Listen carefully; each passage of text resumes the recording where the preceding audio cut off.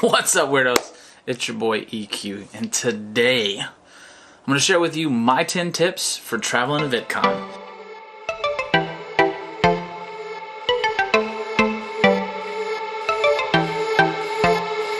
Most of you know about VidCon. If you don't know about VidCon, VidCon is a video conference, basically a video creator conference created by the Green brothers, Hank and John Green, like 10, 12 years ago, something like that. I think it was 2010 is when it started. Started here in Anaheim, California, and it's just blown up since then. My first VidCon was back in 2016, and I've gone to every VidCon except the last 2 European VidCons. So that means I have 3 Anaheims, 2 Melbournes, and I'm about to add London VidCon to that whole list. I've had a lot of questions about what I do to prepare to go to a VidCon, and also a lot of questions about what I do to prepare to travel, especially international. So the first thing you're going to need to have, especially no matter where you're traveling to or from or whatever, it's always a good idea to have, but especially if you're traveling internationally, you need to have your passport. So as you can see, I have my passport right there. It's in this nice, awesome faux leather little pouch. Bam, got the passport, whole nine. Second, no matter if you're an adult or a kid traveling to VidCon or internationally, you have to square away your responsibilities first. So if you're an adult, that means taking time off from work, and if you're a kid, that means taking time off from school. You gotta take care of your schoolwork first. If you're gonna do anything fun and it's going to be during the school year, you have to maintain your grades. My advice to you is get all your schoolwork and your all your classwork and all your homework well in advance of the time that you're leaving. This goes for all grade levels. Knock out your homework first, okay? Get it done, get the classwork done, and work hard now so that you don't have to worry about it when you're at VidCon. If you're an adult, this means getting time off of work. So again, well in advance. Get whatever duties you need to get done. If there's paperwork that you fill out at work, make sure that's done well in advance, and then coordinate with your coworkers, your boss, to get that time off so that you can go. The first packing list is packing my gear. An aperture light is going to do you really well. As you can see, it's basically the size of my palm, and it fits pretty much anywhere. The cool thing about the aperture light is that you have a magnetic face to it, and that means you can slap on a gel and change the color of the light that you're using. Batteries, right? Batteries are key, especially if you're bringing in any sort of camera. You're gonna need batteries. How are you gonna charge? Now, VidCon is really good about having places to charge, because it's a convention center, there's plugs everywhere. They have charging stations on the community floor, and then of course in the creator lounges they also have charging stations. You can go to the store and pick up something like the Outdoor Tech one, which is really big. It has a light on it that also dims, strobes, and does the whole thing. It has 2 out ports on it, a USB and a USB-C port, so I can pretty much charge everything, including my laptop, with this thing. Pretty much an essential part of traveling, I think. You gotta have a camera. Gopros, okay? You don't necessarily have to get the cage thing that I have right now. I got this because the front end has these threads right here, so the ND filters that I have for my other cameras will fit nicely right over the front of that. The Sony Alpha 5000, which I love. It's also a mirrorless camera, and then of course I have the Panasonic. So with bringing the Panasonic and any of these other cameras, you have to remember certain things, such as lenses. The good thing about the Lumix G7 is it's a micro Four Thirds camera, so I was able to affordably get 3 different lenses, each lens being less than $150. 25mm is on the camera right now. So I have the stock lens right here, the 14-42. I have a 35mm lens and a 45-150. You can carry any camera with your hand. It'll be just fine.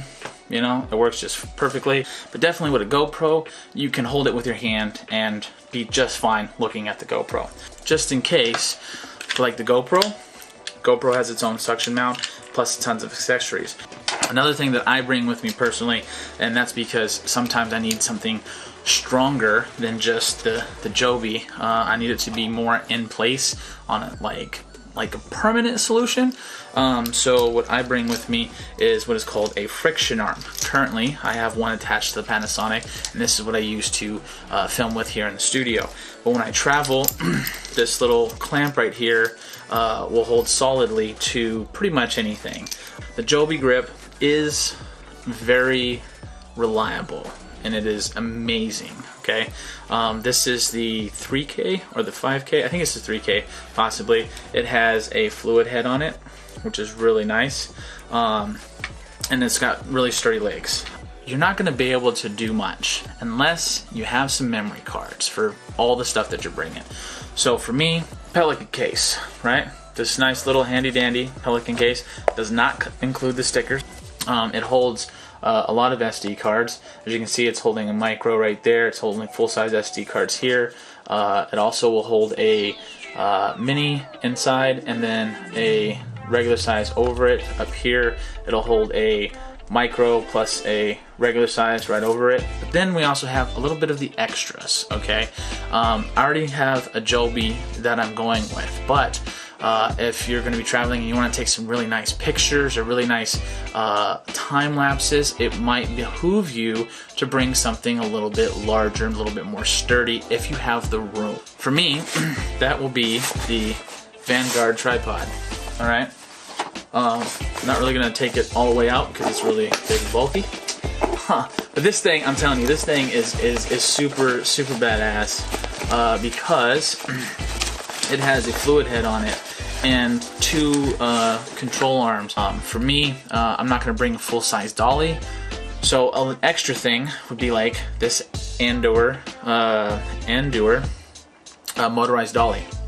The legs pop out, has a little remote control, camera sits on top, and then you can, you know, twist the legs and change it around. This thing is actually really awesome, and I can't wait to use it more internationally. Okay, so packing clothes. Here is the whole idea, right? When you're traveling, no matter if you're going somewhere from in the state to another place in the state, or if you're going from one country to another, you always want to pack as light as possible, where there's going to be souvenirs you're going to want to get and swag that you're possibly going to get as well. So you don't want to pack your suitcase or your bags to the brim. You want to leave room for the extra stuff that you'll be bringing home. Make sure you check the weather. Whether it's cold or hot, you want to make sure that you're not overpacking no matter what the weather is. At least pack one hoodie. And if you don't happen to have a hoodie and you've got the time, head on over to represent.com/theweirdcouch. Check out the store. Pick yourself up a Weird Couch hoodie. That's be weird, be kind, and be human. Okay? So check out the hoodies, t-shirts, phone cases, I believe. Go purchase one. It's going to help me out amazingly, and it'll also keep you warm on a cold day. Be comfortable. Be yourself. All right? Be weird. If you have a laptop or an iPad or something like that, pack that. All right? Because it's going to keep you not just only entertained while you're traveling, but like me as a creator, you're going to want to edit when you travel. So having your own laptop will make that a lot easier because you already have your software on there or whatever. If you don't have a laptop or an iPad, they do make editing software for your phone. I use Adobe Rush and Adobe Clip on my phone to edit my videos. Okay, so now everything's packed. We have your passport, we have time off from school and work, we have your gear packed, and we have your clothes packed. You've got to get there somehow. So planes, trains, and automobiles, okay? Get your tickets. Get your plane tickets, your train tickets, or square away your vehicles so that you have a working vehicle to travel in, okay? Because some people like to take a road trip. If you're going to VidCon, you have to make sure you have your badges. So community badge, creator badge, or industry badge. Doesn't matter which one you get, as long as you have a way to get into VidCon. Me personally, I suggest if you can afford it, go for the creator badge. You get access to both the community floor and the creator floor, and that gives you the widest range of things to experience when you go. Always carry a water bottle.